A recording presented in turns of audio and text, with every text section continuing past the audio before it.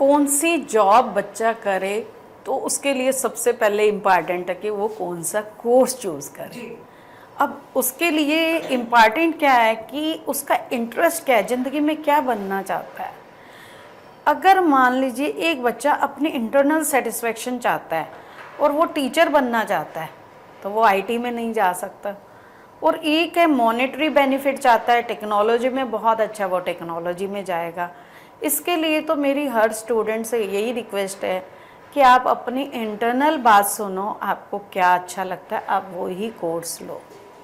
और अगर आप बहुत मेहनत करने के लिए तैयार हो, कुछ अच्छे कोर्सेज लो जिसमें हाईली पेड जॉब्स हैं, then it's not looking back, means you are not going to look back. जो आप कर रहे हो बहुत अच्छा कर रहे हो, आप मॉनेटरी बहुत अच्छे आगे बढ़ते हो। तो ये सारा उस पर डिपेंड करता है। हम शुरू करते हैं। मान लीजिए एक बच्चा है जिसने +2 मेडिकल किया है या सुपर मेडिकल किया है। जो सुपर मेडिकल वाला, उसके पास दोनों चॉइसेस हैं। लेकिन जो मेडिकल वाला बच्चा है तो ऑस्ट्रेलिया एक ऐसी डेस्टिनेशन है जहाँ पे आपने जो कोर्स पिछला किया है और अगला जो कर रहे हो उन दोनों में रिलेशन होना चाहिए। तो हेल्थ वाला बच्चा या तो नर्सिंग में जाएगा या हेल्थ रिलेटेड कोई कोर्स में जाएगा, social work, community welfare, child care, कुछ ऐसे कोर्सेज़ हैं जो मैं एक जनरल बता रही हूँ। अदरवाइज़ मान लीजिए बीएससी मेडिकल वाले बहुत कोर्स बच्चों का आता है, तो वो बीएससी मेडिकल के रिलेटेड जितने भी कोर्स हैं उसमें जा सकते हैं। कोई एग्रीकल्चर साइंस से है, कोई बायोलॉजिकल है, कोई बॉटनिकल है। तो ये सारी उनकी अलग अलग फील्ड हैं जिसके रिलेटेड वो नेक्स्ट जा सकते हैं।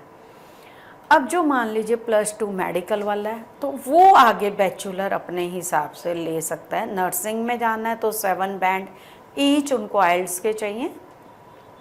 +2 में 65% सीबीएसई बोर्ड के बेस्ट 4 में चाहिए उनको।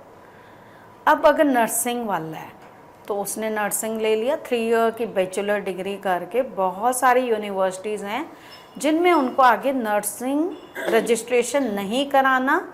वो कोर्स ऑलरेडी रजिस्टर्ड होता है नर्सिंग बॉडी के साथ, तो उनको जस्ट वहाँ जाके जैसे ही उनकी बैचलर कंप्लीट हुई तो they will start their job.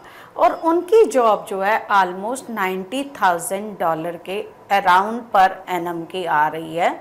$45 per hour almost उनको पे हो रहा है। ये आ गया अब हेल्थ वाले बच्चों का। अब बच्चा जो है, स्टूडेंट जो है, वो नॉन मेडिकल बैकग्राउंड से है, वो आईटी में जाता है। तो आईटी वाले बच्चों के भी अलग अलग हैं।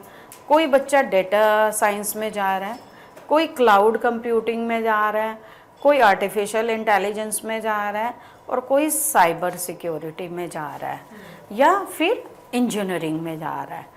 तो इन सब में जो पे स्केल है, जो मैंने अभी आपको एडमिशन रिक्वायरमेंट बताई, वो सेम है। सीबीएसई पास आउट, बेस्ट 4 में 65% एंड उनकी एंट्री रिक्वायरमेंट है +2 वाले बच्चे की। ग्रेजुएशन वाले स्टूडेंट्स का जो है, जिन्होंने बीएससी आईटी बीसीए किया हुआ है अच्छी यूनिवर्सिटीज़ के साथ, तो उनका 60 और 65% डिपेंड ऑन द यूनिवर्सिटी। अच्छी यूनिवर्सिटी है 60% और सेक्शन 3 यूनिवर्सिटी है तो 65% की रिक्वायरमेंट है। इनकी जो सैलरी स्केल्स हैं वो बहुत अच्छी जाती है। साइबर सिक्योरिटी वालों की ऑलमोस्ट 170 to 200,000 है।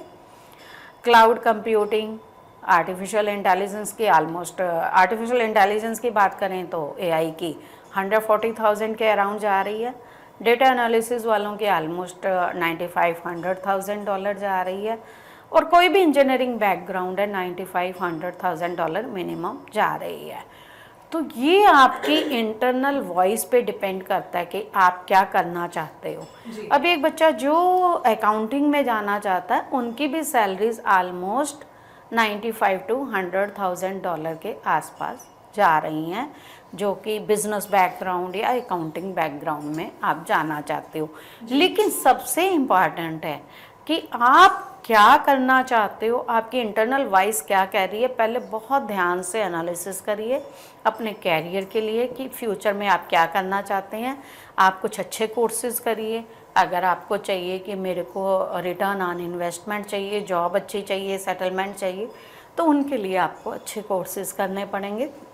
और मेरी हमेशा एडवाइस है, मान लीजिए आप आर्टिफिशियल इंटेलिजेंस में जा रहे हैं, जैसे साइबर सिक्योरिटी या अकाउंटिंग, तो आपका जो भी 3-4 महीने का आपका एक पीरियड है जिसमें आपको फाइल लगानी है, उसमें आप छोटे छोटे कोर्सेज आप ज़रूर कर लीजिए, जिससे वहाँ जाके आपको स्ट्रगल ना करना पड़े।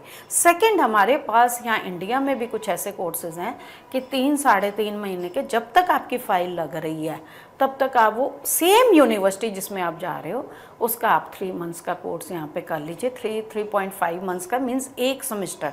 तो आपको वहाँ की 1 सेमेस्टर की फ़ीस जो है जस्ट 1/3 देनी पड़ती है और सीधा आपके सेकेंड सेमेस्टर में आपकी एंट्री हो जाती है वहाँ पे, और उससे वीज़ा चांसेस बहुत ज़्यादा बढ़ जाते हैं। फेब इनटेक में अब 3 दिसंबर तक या किसी की 15 दिसंबर लास्ट डेडलाइंस हैं, तो 15-20 तक मैक्सिमम, उसके बाद बहुत मुश्किल हो जाएगा अप्लाई करना। फिर जुलाई इनटेक है, तो जो भी बच्चे आज ये प्रोग्राम देख रहे हैं वो इमीडिएट अप्लाई कर लें। मान लीजिए हमारे पास भी कॉल्स बहुत हैं, वॉक इन बहुत है, कई बार टाइम नहीं लगता, और स्टूडेंट की कई बार कंप्लेंट आ जाती है कि मेरे को अटेंड मेरी कॉल, तो आपको अगर उस टाइम कॉल नहीं अटेंड हुई तो आप नेक्स्ट डे कर लीजिए, व्हाट्सएप छोड़ दीजिए। There will be a dedicated telecaller और there will be a dedicated staff who will look after your case, लेकिन उसके लिए थोड़ी सी मेहनत, थोड़ा पेशेंस आपको भी रखना पड़ेगा।